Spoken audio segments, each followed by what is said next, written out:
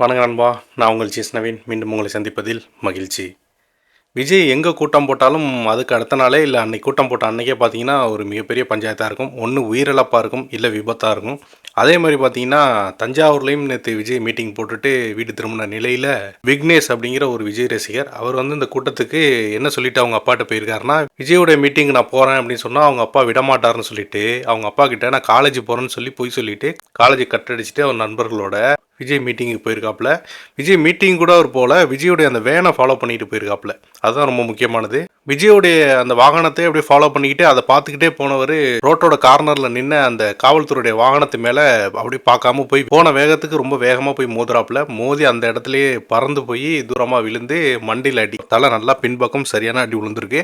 அவர் பார்த்தீங்கன்னா இப்போ ஐசியூவில் ஹாஸ்பிட்டலில் இருக்காப்புல தஞ்சாவூரில்.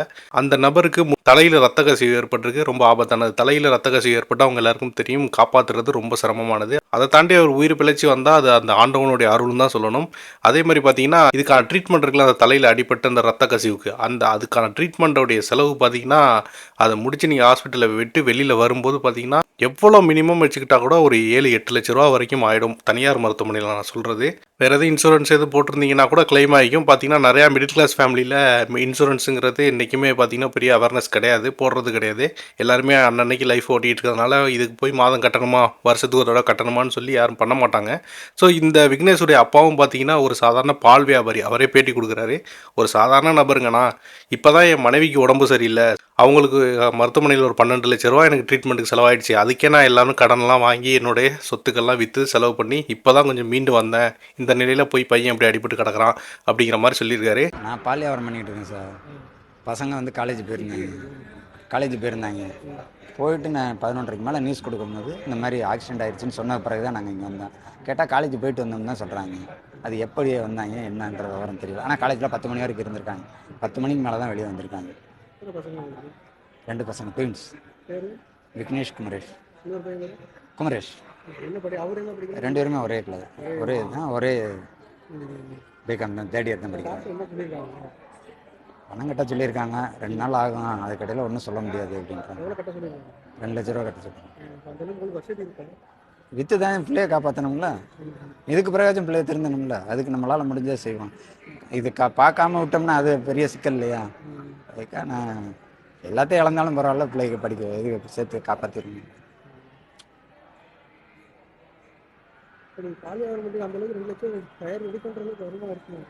பார்ப்போம், பரட்டுவோம், எவ்வளவோ பரட்டுறேன். ஒய்ஃபுக்கு இப்போ தான் ஆப்ரேஷன் பண்ணேன், 12 லட்ச ரூபா காவேரியில் வச்சு பார்த்தேன், சமாளிச்சிட்டேன். அது முடிகிறதுக்குள்ளே அடுத்து கண்டினியூவாக இருந்துக்கிட்டு இருக்கேன். என்ன பண்ணுறது, படிப்பு செலவையும் பார்த்து இதையும் பார்த்துக்கிட்டு இருக்கேன்.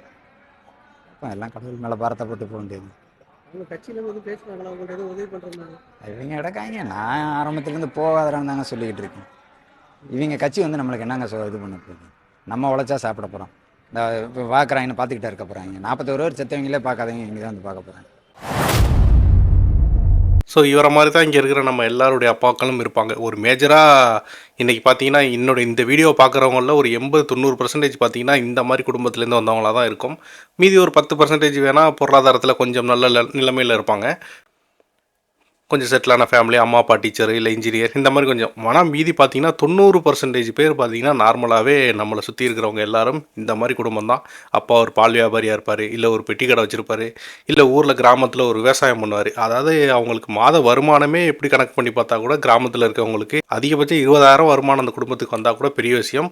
ஸோ அப்படிப்பட்டவங்களுக்கு இந்த 10 லட்சம் 12 லட்சம் மருத்துவ செலவு சடனாக வருதுன்னா நினச்சி பாருங்கள். ஆல்ரெடி அவங்க வர்ற வருமானத்தை வச்சு தான் குடும்பம் நடத்திட்டு இருக்காங்க. அதில் தான் அவங்க பள்ளிக்கூட கட்டணம், இல்லை காலேஜுக்கு கட்டணம், இல்லை அவங்களுடைய கரண்ட் பில்லு, அவங்களுடைய சாப்பாட்டு செலவு, அப்புறம் வாடகை வீட்டில் இருந்தால் அவங்களுக்கு வாடகை வீட்டுக்கு கொடுக்கணும், இல்லை சொந்த வீடுனா கூட பரவாயில்ல வச்சுங்களேன்.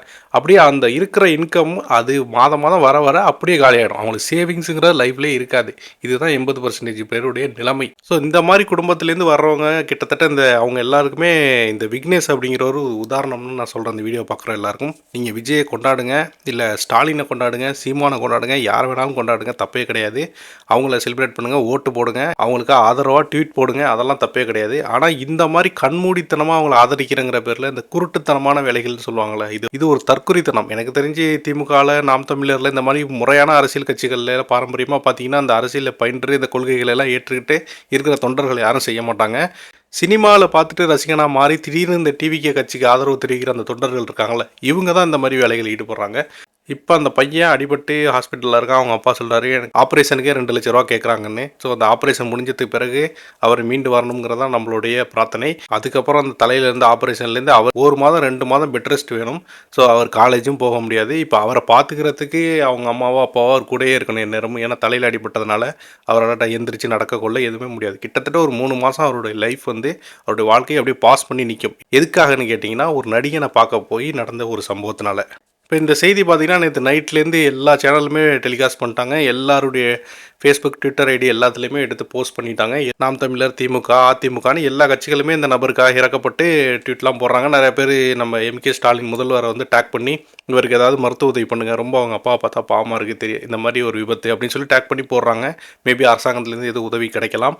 ஆனால் இப்போ வரைக்கும் டிவிகே கட்சியினர் யாரும் போய் அவர் மருத்துவமனையில் இப்போ வரைக்கும் சந்திக்கலை. கட்சியுடைய தலைவர் விஜயை விட்டுருங்க, அடுத்த கட்டத்தில் இருக்காங்களா, ராஜ்மோகனாக இருக்கட்டும், இல்லை ஆதவ் அர்ஜுனாக இருக்கட்டும், நிர்மல் குமாராக இருக்கட்டும், லயோலா மணியாக இருக்கட்டும், இப்படின்னு சொல்லிட்டு அந்த கட்சியோட 2ஆம் கட்ட அடுத்த கட்ட நிர்வாகிகள் கூட இது வரைக்கும் மருத்துவமனையில் போய் அவரை பார்க்கல, அவருக்கு முதற்கட்டமாக எதுவும் உதவி செய்யலை, அவங்க அப்பா சந்தித்து ஒரு ஆறுதல் கூட சொல்லலை. ஸோ 2ஆம் கட்ட தலைவர்களே இப்படி இருக்கும்போது அப்புறம் விஜய் நினச்சி பாருங்க, இந்த செய்தி கூட அவருக்கு ரீச் ஆகிருக்குமான்னு எனக்கு தெரியல, அவர்கிட்ட சொல்லியிருப்பாங்களான்னு தெரியல, சொன்னால் கூட அதுக்கு என்ன மாதிரியான பதில் வரணும்னு தெரியல. ஏன்னா ஜனநாயகன் படம் சென்சாரில் மாட்டினதுக்கு தமிழக முதல்வர் மு.க. ஸ்டாலின் அவர்கள் வந்து 1.5 மாதத்துக்கு முன்னாடி ட்வீட் போடுறாரு, இந்த மாதிரி சென்சார் போர்டை எதிர்த்து அவர் படங்களை முடக்கிறது தவறுன்னு சொல்லி ட்வீட் போடுறாரு. அதுக்கே நேற்று தான் நன்றி தெரிவிச்சிருக்காரு முதல்வருக்கு.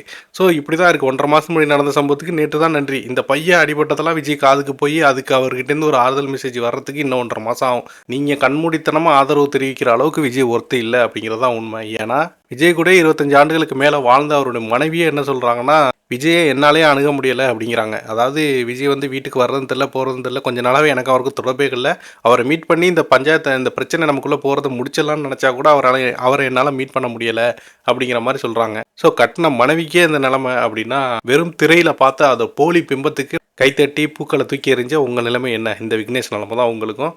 ஸோ விஜய் ரசிகர்களை பொறுத்த வரைக்கும் கண்மூடித்தனமாக பார்த்தீங்கன்னா விஜயை சப்போர்ட் பண்ணிட்டு தான் இருக்காங்க. நம்ம என்ன சொன்னாலும் அவங்களுக்கு புரிய போகிறதில்ல, நம்மளையும் திட்டுவாங்க, அது 2வது விஷயம். ஆனால் என்னென்னா இதுக்குமே அவங்க வந்து விஜய்க்கு ஆதரவாக தான் இப்போ பார்த்தீங்கன்னா சில போஸ்ட் பதிவுகள்லாம் நான் பார்க்குறேன். இந்த பையன் அடிப்பட்டதுக்கு கீழே கமெண்ட்ஸில் போய் அந்த காவல்துறை வண்டி வந்து வேணும்னே ரிவர்ஸ் எடுத்து இந்த பையனை ஆக்சிடென்ட் பண்ணி விட்டுச்சு அப்படிங்கிற மாதிரி சொல்கிறாங்க. அந்த கூட்டத்தில் எப்படியும் ஒரு 500-1000 பேர் வந்திருப்பாங்க. இந்த பையனை திட்டமிட்டு காவல்துறை கார் எடுத்துகிட்டு போய் பின்னாடி மோதி அவர் விபத்துக்குள்ளாக்க வேண்டிய தேவை என்ன இருக்குது காவல்துறைக்கு? இல்லை அங்கே ஒரு பையனை விபத்து ஏற்படுத்தி ஆக்சிடென்ட் பண்ணி அவன் உயிர் போயிடுச்சுன்னா அதனால வந்து டிவிகே கட்சியை கழிச்சிட்டு விஜய் போறாரா? இதனால திமுகவுக்கு எதுவும் பெனிஃபிட் இருக்கா? எதையாவது பேசணும்னே பேசுறதா? நியாயமா விஜய் ரசிகர்கள் செய்ய வேண்டியது என்னன்னா, டேக் விஜயோ இல்லை அந்த கட்சி நிர்வாகிகளை டேக் பண்ணி தயவு செஞ்சு அந்த பையனுக்கு போய் ஏதாவது ஒரு உதவி நம்ம கட்சி சார்பாக பண்ணுங்க. அவங்க அப்பாவுக்கு தெரியாமல் காலேஜ் கட் அடிச்சுட்டு விஜயை பார்க்க வந்திருக்கான்னா அவன் தீவிரமான விஜய் ரசிகராக இருப்பான். அண்ணனை பார்க்க வந்து இப்படி ஆயிடுச்சு, அவனுக்காக போய் நின்னுங்கன்னு சொல்லி விஜய் ரசிகர்கள் ஒரு நல்ல கட்சி தொண்டராக இருந்திருந்தா இதை தான் ட்வீட் பண்ணியிருக்கணும். ஆனால் இதனால விஜய் பேர் கெட்டு போயிடக்கூடாதுன்னு விஜயை காப்பாற்றுறதுக்காக இந்த பையனை அப்படியே அமௌண்ட் விட்டுட்டானுங்க, விஜய்க்கு ஆதரவாக ட்வீட் போட்டுட்டு இருக்கானுங்க.